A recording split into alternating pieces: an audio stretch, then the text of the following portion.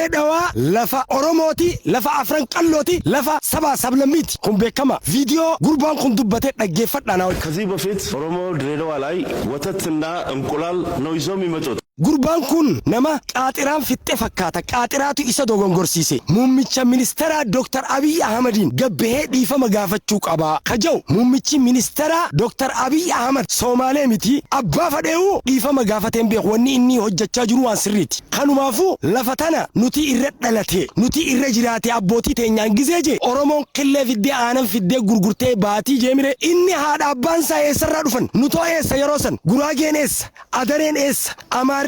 nuti ijoollee magaalaa dirree dhawaa yoo taane akka magaalaa dirree dhawaa dhalataa magaalaa dirree dhawaatti inni gizee dirree dhawaa teenya nuuje nuti eessarraa dhufne eessa dhayina eessarraa dhufne gaafa nuti ijoollee itti asi dhalannee asi guddannu Somaalee isii re'ee dubayna nuti isii re'ee khara gaaraa deemtu isii asiin aseentu beeyna malee isii magaalaa keessa teessee akka keenya jireenya jiraachuu jirtu agarre yeroo duraatiif magaalaa dirree dhawaa tana yoo laaltan laali laga harree jaamtee ganda qoree jaamteeti malkaa kana hunda keessa yoo laalte maqaan jiru dirree dhawaa tana guutu maqaan maqaa Oromot maqaan afaan Somaaleeti yaamamu dirree dhawaa keessa asnaa baasame hafatiisa jechuun bar naannoo aanan itti gurguranii bar isaanuma gurguraanan saniifu rabbiin gizee si sablisuu fadhe amma si qaanyeessu fadhe akka ummata kanaan rabbi si sablisa rabbiin akkas nun godhin